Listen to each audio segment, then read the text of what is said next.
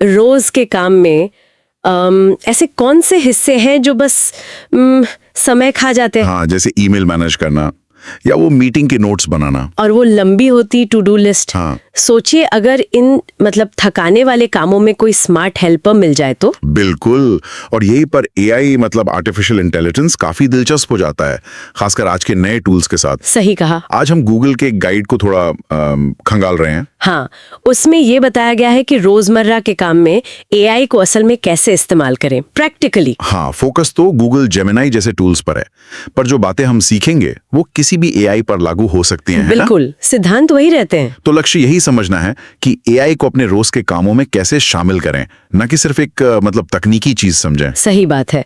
और देखिए, एआई कोई जादू नहीं है। ये जो मॉडल्स हैं जैसे जेमिनाई, ये बहुत सारी जानकारी से सीखते हैं। अच्छा, हाँ, जैसे कोई शेफ हजारों रेसिपीज पढ़कर समझकर फिर अपनी कोई नई डिश बनाता है। ठीक है। तो जब एआई इस सीखी हुई जानकारी से कुछ नया बनाता है, टेक्स्ट हो, इमेज हो, ऑडियो, वीडियो, कुछ भी, उसे जेनरेटिव एआई कहते हैं, जेन एआई। ये समझना जरूरी है क्योंकि यहीं से इसकी ताकत और सीमाएं दोनों पता चलती हैं। जैसे गाइड में ये साफ लिखा है कि एआई कभी-कभी गलत जानकारी भी दे सकता है। हाँ, जिसे हेलुसिनेशन कहते हैं। ये बहुत महत्वपूर्ण है। बिल्कुल। इसीलिए गूगल का गाइड भी इस बात पर जोर देता है कि एआई के आउटपुट को हमेशा एक इंसान को जांचना चाहिए। ह्यूमन इन द लूप वाला सिद्धांत। हाँ, ये जरूरी है। एक बहुत काबिल इंटर्न समझे, जैसे थोड़ी निगरानी चाहिए। बिल्कुल सही कहा। तो इस काबिल इंटर्न से अच्छा काम कैसे लिया जाए, यहीं पर प्रॉम्प्टिंग की बात आती है। प्रॉम्प्टिंग एआई को सही निर्देश देना। हाँ, पर ये सिर्फ हुक्म देना नहीं है, ये एआई के साथ एक तरह की साफ बातचीत है। गाइड के मुताबिक एक अच्छे प्रॉम्प्ट में कुछ खास बातें होनी चाहिए। अच्छा, क्या है वो? गाइड ऐसे 5 हिस्सों में बांटता है। पहला, कार्य, टास्क। साफ बताएं कि करना क्या है। जैसे मेरे नए फूलों के बिजनेस के लिए एक वेलकम ईमेल लिखो। ठीक है, टास्क। दूसरा, पर्सोना। एआई को किस विशेषज्ञ की तरह सोचना है। एक अनुभवी ईमेल मार्केटर की तरह लिखो, किस रोल में। अच्छा, पर्सोना। तीसरा, प्रारूप, फॉर्मेट। नतीजा कैसा दिखे। छोटा रखो, 2 पैराग्राफ, दोस्ताना टोन में, फॉर्मेट बताना। Format, okay. चौथा है संदर्भ, कॉन्टेक्स्ट, है ना? वो जरूरी बैकग्राउंड जानकारी जो एआई को चाहिए। बिल्कुल, जैसे बताना कि फूल स्थानीय सोर्स से आते हैं और हम कस्टम अरेंजमेंट बनाते हैं। ये कॉन्टेक्स्ट हो गया। और पांचवा, उदाहरण, रेफरेंसेस। अगर कोई अच्छा सैंपल है तो वो भी दे।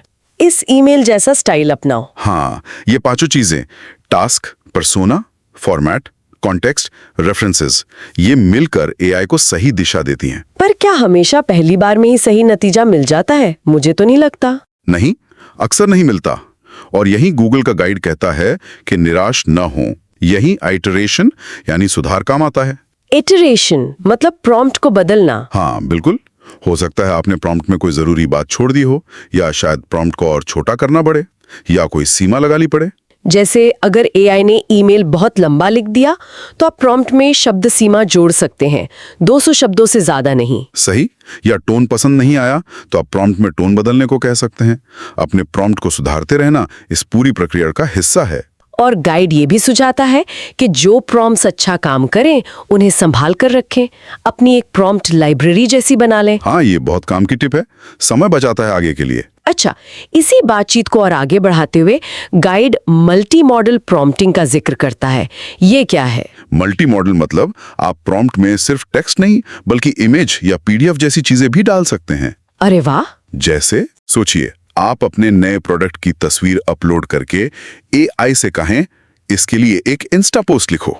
अच्छा, तो हम विजुअल से भी एआई को निर्देश दे सकते हैं। ये तो काफी दिलचस्प है।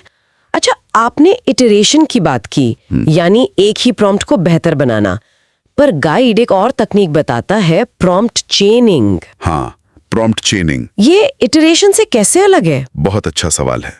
देखिए, इटरेशन में आप एक ही काम के नतीजे को सुधारते हैं, है ना? हाँ। प्रॉम्प्ट चेनिंग में आप एक काम के नतीजे को अगले काम का इनपुट बनाते हैं। अच्छा, ये जुड़े हुए कामों की एक पूरी चेन बनाने जैसा है, एक के बाद एक।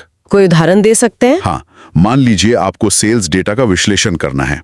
तो पहला प्रॉम्प्ट हो सकता है, इस स्प्रेडशीट से मुख्य ट्रेंड्स निकालो। ठीक है। फिर एआई जो ट्रेंड्स बताए उसे इस्तेमाल करके आप दूसरा प्रॉम्प्ट देंगे। इन ट्रेंड्स के आधार पर अगले महीने के लिए 3 सेल्स स्ट्रैटेजी सुझाओ। समझा। तो एक आउटपुट दूसरे का इनपुट बन गया। बिल्कुल। ये एआई को सिर्फ एक टूल नहीं बल्कि एक सोचने वाला साथी बनाने जैसा है। आप एक जटिल काम को छोटे जुड़े हुए हिस्सों में तोड़कर एआई से करवाते हैं।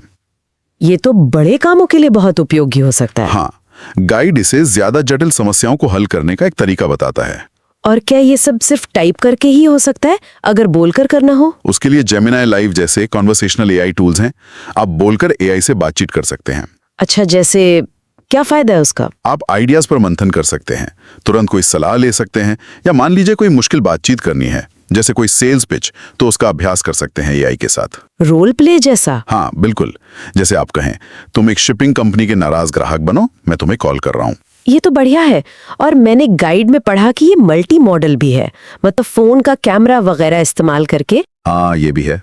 मान लीजिए आपको कोई मशीन ठीक करने में दिक्कत आ रही है, आप कैमरा ऑन करके जेमिनी लाइव से पूछ सकते हैं, ये देखो ये पुर्जा क्या करता है। या स्क्रीन शेयर करके किसी सॉफ्टवेयर एरर पर मदद मांग सकते हैं। बिल्कुल, ये रियल टाइम मदद काफी काम की हो सकती है। तो कुल मिलाकर गूगल का ये गाइड यही दिखाता है कि जेमिनी जैसे एआई टूल्स अगर सही तरीके से इस्तेमाल किए जाएं तो ये सिर्फ फैंसी टेक नहीं है, ये असल में मददगार साथी बन सकते हैं। हाँ, जो हमें थकाने वाले काम सौंपने, हमारी रचनात्मकता बढ़ाने और यहाँ तक कि समस्याएं सुलझाने में मदद कर सकते हैं। और इसके लिए असरदार प्रॉम्प्टिंग, इटरेशन, प्रॉम्प्ट चेनिंग जैसी तकनीकें समझना जरूरी है। बिल्कुल।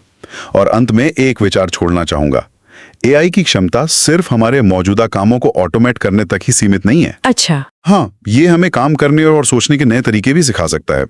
जरा सोचिए, आपकी रचनात्मकता या काम करने की प्रक्रिया का ऐसा कौन सा पहलू है जिसे एआई बदल सकता है, जिसके बारे में शायद अभी तक सोचा भी नहीं गया।